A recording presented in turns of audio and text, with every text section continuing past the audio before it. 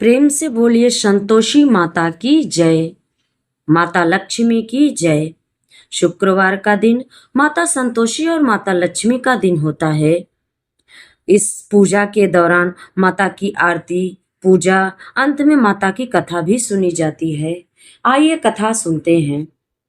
एक बुढ़िया थी, उसके 7 बेटे थे। 6 कमाने वाले थे जबकि एक निकम्मा था।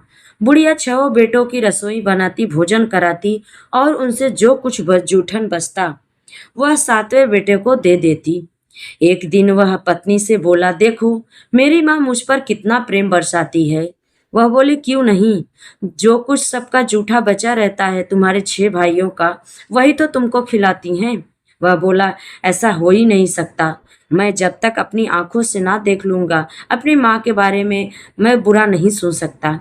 बहू हंसकर बोली, देख लो तब तो मानोगे। कुछ दिन बाद एक बड़ा त्योहार आया। घर में 7 प्रकार के भोजन, चूरमे, लड्डू बने। वह सही है कि झूठ है जांचने के लिए सिर दुखने का बहाना कर पतला सा वस्त्र ओढ़कर सिर पर रसोई घर में सो गया। वह कपड़े में से सब कुछ देखता रहा। 6 भाई भोजन करने आए। उसने देखा माँ ने उनके लिए सुंदर भोजन बनाए, आसन बिछाए, नाना प्रकार की रसोई परोसी और आग्रह कर करके अपने 6 बेटों को बैठाती है और उसको खाना खिलाती है। जब 6 भोजन करके उठे तब माँ ने उसकी जो झूठी तालियों में से लड्डुओं के टुकड़े उठाकर एक लड्डू बनाया। जूठन साफ कर कर बुढ़िया ने उसे पुकारा, बेटा 6 भाई तेरे भोजन करके चले गए, अब आजा तू भी कर ले। वह कहने लगा, माँ मुझे भूख नहीं है, मुझे भोजन नहीं करना है, मैं परदेश जा रहा हूँ। माँ ने कहा, तो जा न, किसने रोका है तुझे, कल जो जाता हो तो आज ही चले जा। वह बोला, हाँ माँ आज ही जा रहा हूँ। यह कहकर वह घर से निकल गया। चलते चलते उसको उसकी पत्नी का याद आया। वह गौशाले में उपले थाप रही थी। वहां जाकर वह बोलता है, हम जावे परदेस आवे कुछ काल, तुम रहियो संतोष से धर्म आपन पाल। वह बोली, जाओ पिया आनंद से, हमारो सोच हटाए, राम भरोसे हम रहे, ईश्वर तुम्हें सहाय। दो निशानी आप देख, धरु मैं धीर, सुधिमति हमारो बिसारियो, रखियो मन गंभीर। वह बोला, मेरे पास तो कुछ नहीं है, यह अंगूठी है, ले लो, अपनी भी कुछ निशानियां मुझे दे दो ताकि मैं तुमको हमेशा याद करता रहूं और प्रेम करता रहूं। वह बोली, मेरे पास कुछ नहीं है स्वामी, यह गोबर भरा हाथ है। यह कहकर उसकी पीठ पर गोबर के हाथ की थाप मार दी। वह चल दिया। चलते चलते दूर देश में पहुंचा। वहां एक साहूकार की दुकान थी। वहां जाकर कहने लगा, भाई मुझे नौकरी पर रख लो। साहूकार को जरूरत थी। वह बोला, रह जा। लड़के ने पूछा साहूकार से, तनख्वाह क्या दोगे आप? साहूकार ने कहा, काम देखकर तभी तुमको दाम मिलेंगे, पहले अपना काम दिखाओ उसके बाद दाम लेना। साहूकार की नौकरी मिली। वह सुबह 7 बजे से रात 10 बजे तक नौकरी करने लगा। कुछ दिनों में दुकान का सारा लेन देन, हिसाब किताब, ग्राहकों को माल बेचना, सारा काम करने लगा। साहूकार के 7-8 नौकर थे। वे सब चक्कर खाके गिरने लगे। बहुत होशियार बन गया। सेठ ने भी अब काम देखा और 3 महीने में ही उसे आधे मुनाफे का हिस्सेदार बना दिया। वह कुछ वर्षों में ही नामी सेठ बन गया और मालिक सारा कारोबार छोड़कर दूसरे देश में व्यापारी करने निकल गया। इधर उसकी पत्नी को सास ससुर दुख देने लगे। सारी गृहस्थी का काम करा के उसे लकड़ी लेने जंगल में भेजते थे। इस बीच घर के आटे से जो भूसी निकलती थी उसकी रोटी बनाकर रख दी जाती और फूटे नारियल की नारेली में एक दिन वह लकड़ी लेने जा रही थी। रास्ते में बहुत सी स्त्रियां संतोषी माता का व्रत कर रही थी। वह वहां खड़ी होकर कथा सुनने लगी और पूछी, बहन तुम किस देवता का व्रत करती हो और उसके करने से क्या फल मिलता है? यदि तुम लोग इस व्रत का विधान मुझे बताओगी तो मैं भी बड़ा एहसान मानूंगी आपका। तब उनमें से एक स्त्री बोली, सुनो, यह संतोषी माता का व्रत है। इसके करने से निर्धनता, दरिद्रता का नाश होता है और जो कुछ मन में कामना हो सब संतोषी माता की कृपा से पूरी होती है। तब उससे उसने व्रत की विधि पूछी। वह भक्तहीन स्त्री बोली, 1.25 आने का गुड़ चना लेना, इच्छा हो तो 5.25 आने का लेना या 1.25 रुपए का भी लेना। जितनी तुम्हारी क्षमता हो, बिना परेशानी और श्रद्धा प्रेम से जितना भी बन पड़े सवाया लेना। प्रत्येक शुक्रवार को निराहार रहकर कथा सुनना। इसके बीच का जो क्रम होता है वो टूटना नहीं चाहिए। लगातार नियम का पालन करना। सुनने वाला कोई ना मिले तो घी का दीपक जलाकर उसके आगे या जल के पात्र को सामने रखकर कथा कहना। जब कार्य सिद्ध न हो, नियम का पालन करना और कार्य सिद्ध हो जाने पर व्रत का उद्यापन करना। यदि किसी के ग्रह खोटे भी हो तो माता वर्ष भर में कार्य सिद्ध कर देती हैं। फल सिद्ध होने पर उद्यापन करना चाहिए, बीच में नहीं। उद्यापन में 2.5 सेर आटे का खाजा, इसी परिणाम से खीर, चने का साग, 8 लड़कों को भोजन कराना। जहाँ तक तुमको मिल सके, देवर का, जेठ का, बंधु भाई या ब्राह्मण का। अगर किसी के ना मिले तो रिश्तेदार और आस पड़ोस को बुला लेना, उन्हें भोजन कराना। जितनी तुम्हारी क्षमता हो दक्षिणा देना और माता का नियम पूरा करना। उस दिन घर में कोई भी खट्टी चीजें नहीं खाना चाहिए। यह सुन बुढ़िया के लड़के की बहू चल दी। रास्ते में लकड़ी के बोझ को बेच दिया और उन पैसों से गुड़ चना ले माता के व्रत की तैयारी करने लगी। आगे गई और सामने मंदिर देखकर पूछने लगी, यह मंदिर किसका है? सब कहने लगे, माता संतोषी का मंदिर है। यह सुनकर माता के मंदिर में जाकर चरणों में लौटने लगी। दीन हूँ, विनती करने लगी, माँ मैं निपट अज्ञानी हूँ, व्रत के कुछ भी नियम नहीं जानती। आपका कैसे व्रत करना चाहिए, कैसे पारण करना चाहिए, मैं बहुत दुखी हूँ माँ। हे माता जगत जननी, मेरा दुख दूर करो, मैं आपकी शरण में आई हूँ। माता को दया आ गई। एक शुक्रवार बीता कि दूसरे उसके पति का पत्र आया और तीसरे शुक्रवार को उसका भेजा हुआ पैसा। यह देखकर जेठानी लोग मुंह बनाने लगी। लड़के भी ताने देने लगे कि चाची के तो पास पत्र आने लगा, रुपया आने लगा, अब तो चाची की खातिरदारी बढ़ेगी। बेचारी बहुत सीधी सादी थी। बोलती, भैया कागज आवे रुपया आवे, हम सबके लिए अच्छा है। ऐसा कहकर आंखों में आंसू लेकर माता संतोषी के मंदिर पहुंच गई। मातेश्वरी के चरणों में गिरकर रोने लगी, माँ मैंने तुमसे कब पैसा मांगा है? मुझे पैसे से क्या काम है? मुझे तो अपने सुहाग और अपने स्वामी से काम है। मैं तो अपने स्वामी के दर्शन मांगती हूँ। तब माता ने प्रसन्न होकर कहा, जा बेटी, तेरा स्वामी आएगा। यह सुनकर खुशी से बावली होकर घर में जा काम करने लगी। अब संतोषी माता मन ही मन विचार करने लगी, इस भोली पुत्री को तो मैंने कह दिया कि तेरा पति आएगा, लेकिन वो आएगा कैसे?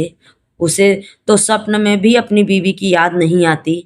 उसे याद दिलाने के लिए मुझे ही जाना पड़ेगा। इस तरह माताजी उस बुढ़िया के बेटे के पास जाकर स्वप्न में प्रकट होकर कहने लगी, हे साहूकार के बेटे, सो रहा है कि जाग रहा है? वह कहता है, हे माता, न सोता हूँ न जागता हूँ, कहो आपकी क्या आज्ञा है? माँ कहने लगी, तेरे घर बार में कुछ है कि नहीं है? वह बोला, मेरे पास सब कुछ है, माँ बाप है, बहू है, और क्या कमी है? माँ बोली, भोले पुत्र, तेरी बहू घोर कष्ट उठा रही है, तेरे माँ बाप उसे परेशानी दे रहे हैं, वह तेरे लिए तरस रही है, तू उसकी सुध ले। वह बोला, हाँ माताजी, यह तो मालूम है, परंतु जाऊं तो कैसे जाऊं? परदेश में रहता हूँ, लेन देन का कोई हिसाब नहीं, कोई जाने का रास्ता नहीं, कैसे चले जाऊं? माँ कहने लगी, मेरी बात मान, सवेरे नहा धोकर संतोषी माता का नाम ले, घी का दीपक जलाकर दंडवत प्रणाम कर दुकान पर बैठ जा। देखते देखते सारे लेन देन चुक जाएगा, जमा का बिल बिक जाएगा, सांझ होते होते धन के भारी ढेर लग जाएगा। अब बूढ़े की बात मानकर वह नहा धोकर माता संतोषी को दंडवत प्रणाम करके घी का दीपक जलाकर दुकान पर बैठ गया। थोड़ी देर में रुपए लेने वाले देने वाले आने लगे, हिसाब लेने लगे। कोठे में भरे सामान के खरीदार नगद दाम के सौदा करने लगे। शाम तक धन का भारी ढेर लग गया। मन में माता का नाम लेकर चमत्कारी देखकर प्रसन्न हो गया। जाने के वास्ते गहना कपड़ा सामान सब अपनी बहू के लिए खरीदने लगा। वह यहाँ काम से निपट तुरंत घर के लिए वो निकला। उधर उसकी पत्नी जंगल में लकड़ी लेने लौट जाती है। लौटते वक्त माता जी के मंदिर में विश्राम करती है। वह तो उसके प्रतिदिन रुकने का जो स्थान ठहरा। धूल उड़ती देखकर माता से पूछती है, हे माता, यह धूल कैसी उड़ रही है? माता कहती, हे पुत्री, तेरा पति आ रहा है, अब तू ऐसा कर, लकड़ियों के 3 बोझ बना ले एक नदी के किनारे रख और दूसरा मेरे मंदिर पर और तीसरा अपने सिर पर। तेरे पति को लकड़ियों का गट्ठर देखकर मोह पैदा होगा। वह यहाँ रुकेगा, नाश्ता पानी खाकर माँ से मिलने जरूर जाएगा। तब तू लकड़ियों का बोझ उठाकर जाना और चौक में गट्ठर डालकर जोर से चिल्लाना, लो सासू जी लकड़ियों का गट्ठर लो, भूसी की रोटी दो, नारियल के खोपड़े में पानी दो, आज मेहमान कौन आया है। माता जी से बहुत अच्छा कहकर वह प्रसन्न मन से लकड़ियों के 3 गट्ठर बनाई, एक नदी के किनारे पर और एक माता जी के मंदिर पर रखा। इतने में मुसाफिर आ पहुंचा। सूखी लकड़ी देख उसकी इच्छा उत्पन्न हुई कि वह यहीं पर विश्राम करे और भोजन बना खा पी कर गाँव जाए। इसी तरह रुककर भोजन बनाया और विश्राम करके गांव की ओर चल दिया। सबसे प्रेम से मिला। उसी समय सिर पर लकड़ी का गट्ठर लिए वह उतावली सी आती है। लकड़ियों का भारी बोझ आंगन में डालकर जोर से 3 आवाज लगाती है, लो सासू जी लकड़ियों का गट्ठर लो, भूख भूसी की रोटी दो, आज कौन सा मेहमान आया है। यह सुनकर उसकी सास बाहर आकर अपने जो भी दिए हुए कष्टों को भुलाने के लिए कहती है, बहू ऐसा क्यों कहती है, तेरा मालिक ही तो आया है, तेरे स्वामी आए हैं। आ बैठ, मीठा भात खा, भोजन कर, कपड़े गहने पहन। उसकी आवाज सुन उसका पति बाहर आता है। अंगूठी देख व्याकुल हो जाता है। माँ से पूछता है, माँ यह कौन है। माँ बोली, बेटा यह तेरी बहू है, जब से तू गया है तब से सारे गांव में भटकती फिरती है, घर का काम काज कुछ करती नहीं, 4 पहर आकर खा जाती है।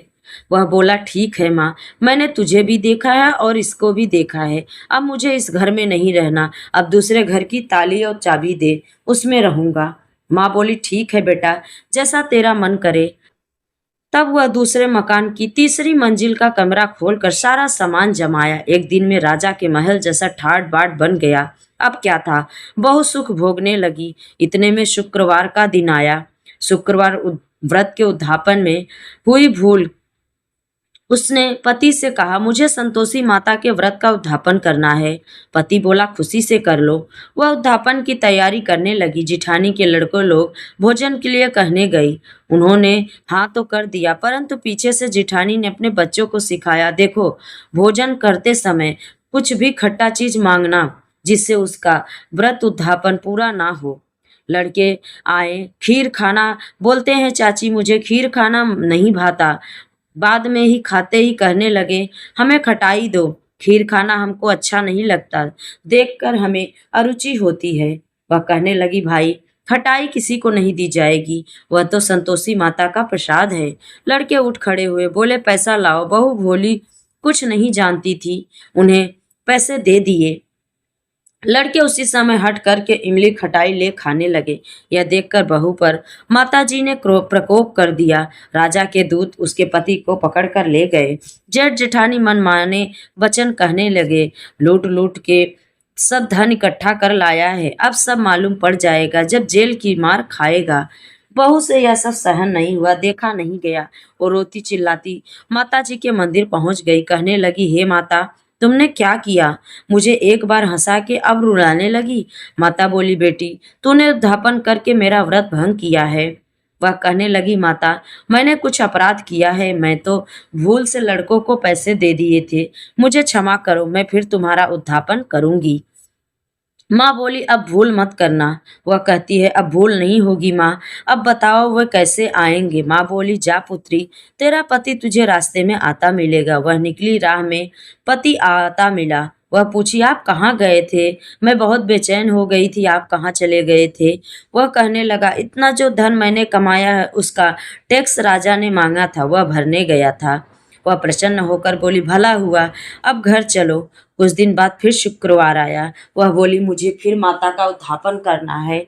पति ने कहा, करो। बहू फिर जेठ के लड़कों को भोजन को कहने गई। जेठानी ने 1-2 बातें सुनाई और सब लड़कों को सिखाने लगी, तुम सब लोग पहले ही खटाई मांगना। लड़के भोजन से पहले कहने लगे, हमें खीर नहीं अच्छा लगता, हमारा जी बिगड़ता है, कुछ खटाई खाने को दो। वह बोली, खटाई किसी को नहीं मिलेगा, आना है तो आओ, नहीं तो जाओ। वह ब्राह्मण के लड़कों को लेकर आती है, घर पे भोजन कराती है और जितना उसकी शक्ति रहती है दक्षिणा की जगह एक एक फल उन्हें दिया। संतोषी माता प्रसन्न हुई। माता की कृपा से 9वें मास में उसके चंद्रमा के समान सुंदर पुत्र प्राप्त हुआ। पुत्र को पाकर प्रतिदिन माता जी के मंदिर को जाने लगी। माँ ने सोचा यह रोज आती है, आज क्यों न इसके घर चलूं। यह विचार कर माता ने भयानक रूप बनाया। गुड़ चने से सना हुआ मुख, ऊपर सूंड के समान होठ, उस पर मक्खियां भिनभिना कर रही थी। देहली पर पैर रखते उसकी सास चिल्लाने लगी, देखो रे कोई चुड़ैल आई, भागो यहाँ से, लड़को इसे भगाओ, नहीं तो किसी को खा जाएगी। लड़के भगाने लगे, चिल्लाने लगे, खिड़की बंद करने लगे। बहू रोशन में से देख रही थी, प्रसन्नता से पगली बन गई, चिल्लाने लगी, आज मेरी माताजी मेरे घर आई हैं। वह बच्चे को दूध पीते से हटाती है, इतने में सास का क्रोध फट जाता है। वह बोलती है, क्या उतावली हुई है, बच्चे को पटक दिया। इतने में माँ के प्रताप से लड़के ही लड़के नजर आने लगे। वह बोली, माँ, मैं जिसका व्रत करती हूँ वह संतोषी माता ही हैं। सबने माता जी के चरण पकड़ लिए और विनती कर कर कहने लगे, हे माता, हम मूर्ख है, अज्ञानी है, तुम्हारे व्रत की विधि हम नहीं जानते। व्रत भंग कर हमने बड़ा अपराध किया है। जग माता, आप हमारा अपराध क्षमा करो। इस प्रकार माता प्रसन्न हुई। बहू को प्रसन्न हो, जैसा फल दिया वैसे माता सबको दे, जो पढ़े उसका मनोरथ पूर्ण हो। प्रेम से बोलो संतोषी माता की जय, माता लक्ष्मी की जय। अब सुनते हैं माता सीता की कथा। सीता माता की जय, राम जी की जय। राम आए लक्ष्मण आए, देश के पुजारी आए, नित नेम का नेम लाए, आओ राम बैठो राम, माखन मिश्री खाओ खाओ राम, दूध बतासा पियो राम, सुत के पल का पोठो राम, साल दुसाला ओढ़ो राम। राम संवारे सबके काज, खाली घर भंडार भरेंगे, सबका बेड़ा पार करेंगे। जय श्री राम, जय जय राम। यह कहानी सीता माता कहती थी और श्री राम इसे सुना करते थे। एक दिन श्री राम भगवान को किसी काम के लिए बाहर जाना पड़ गया तो सीता माता कहने लगी, भगवान, मेरा तो 12 वर्ष का नितनेम है, अब आप बाहर जाएंगे तो मैं अपनी कहानी किसे सुनाऊंगी। श्री राम ने कहा कि तुम कुएं की पाल पर बैठ जाना और वहां जो औरतें पानी भरने आएंगी उन्हें अपनी कहानी सुना देना। सीता माता कुएं की पाल पर जाकर बैठ गई। एक स्त्री आई, उसने रेशम की जरी साड़ी पहन रखी थी और सोने का घड़ा ले रखा था। सीता माता उसे देखकर कहती हैं कि बहन, मेरा 12 वर्ष का नितनेम है, सुन लो। पर वह स्त्री बोली कि मैं तुम्हारा नितनेम नहीं सुन सकती, मुझे घर जाने में अगर देरी हो गई तो मेरी सासू माँ मुझसे लड़ेंगी। उसने कहानी नहीं सुनी और चली गई। उसकी रेशम जरी की साड़ी फट गई, सोने का घड़ा मिट्टी के घड़े में बदल गया। सास ने देखा तो पूछा कि ये किसका दोष अपने सिर लेकर आई है। बहू ने कहा कि कुएं पर एक औरत बैठी थी, उसने कहानी सुनने के लिए कहा, लेकिन मैंने कहानी उसका नहीं सुना, उसी का यह फल मिला है। बहू की बात सुनकर अगले दिन वही साड़ी और घड़ा लेकर सास कुएं की पाल पर गई। सास को वही माता सीता बैठी मिली तो माता सीता ने कहा कि बहन, मेरी कहानी सुन ले। सास बोली कि अगर एक बार छोड़ो, मैं तो 4 बार आपकी कहानी सुनूंगी। राम आए लक्ष्मण आए, देश के पुजारी आए, नित नेम का नेम लाए, आओ राम बैठो राम, तपी रसोई जियो राम, माखन मिश्री खाओ राम, दूध बतासा पियो राम, सुत के पल का मोठो राम, साल दुसाला पोठो राम, साल दुसाला ओढ़ो राम। जब बोलू जब राम ही राम, राम संवारे सबके कार, खाली घर भंडार भरेंगे, सबका बेड़ा पार करेंगे। श्री राम जय जय जय जय राम। सास बोली कि बहन, कहानी तो बहुत अच्छी लगी। कहानी सुनकर सास घर की ओर चल पड़ी। उसकी साड़ी फिर से रेशम जरी की बन गई, मिट्टी का घड़ा फिर से सोने के घड़े में बदल गया। बहू कहने लगी, सासू माँ, आपने ये सब कैसे किया। सास ने कहा कि बहू, तू दोष लगा के आई थी और मैं अब दोष उतार कर आ रही हूँ। बहू ने फिर पूछा कि बहू, कि वह कुएं वाली स्त्री कौन है। सास ने बोली कि वो सीता माता हैं, वो पुराने को नया कर देती हैं, खाली घर भंडार भर देती, वह लक्ष्मी जी का वास घर में देती हैं, आदमी की जो भी इच्छा हो उसे पूरा कर देती हैं। बहू बोली कि ऐसी कहानी मुझे भी सुना दो। सास बोली कि ठीक है, तुम भी सुनो। और सास ने कहानी अपनी बहू को सुनाया। कहानी सुनकर बहू बोली कि कहानी तो बहुत अच्छी है। सास ने कहा कि ठीक है, इस कहानी को रोज कहा करेंगे। अब सास बहू रोज सवेरे उठती, नहाती धोती और पूजा करने के बाद नित्य की सीता की कहानी कहती। एक दिन उसके यहाँ एक पड़ोसन औरत आई और बोली कि बहन जरा सी आँच देना। तो वह बोली कि आज तो अभी हमने जलाई नहीं है। पड़ोसन ने कहा कि तुम सुबह 4 बजे उठकर क्या करती हो? फिर उन्होंने कहा कि सुबह उठकर हम पूजा करते हैं और फिर माता सीता का नित्य नेम की कहानी कहते हैं। पड़ोसन ने उनकी बात सुनकर फिर कहा कि सीता माता की कहानी कहने से तुम्हें क्या मिला? वो बोली कि इनकी कहानी कहने से घर में भंडार भर जाते हैं, सारे काम सिद्ध होते, मन की इच्छा भी पूरी होती है।